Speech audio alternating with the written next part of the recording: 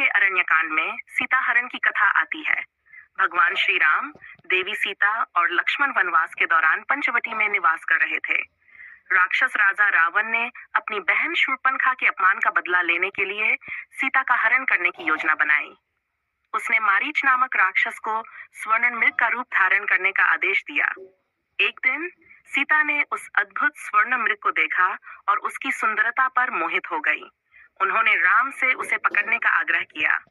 सीता की इच्छा पर राम मृग को पकड़ने के लिए निकल पड़े और लक्ष्मण को सीता की रक्षा करने का निर्देश देकर गए। मृग को पकड़ते समय राम को उसका छल समझ में आया और उन्होंने मारीच का वध कर दिया।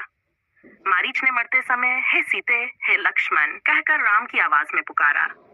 सीता ने वह आवाज सुनकर लक्ष्मण से राम की सहायता के लिए जाने का आग्रह किया।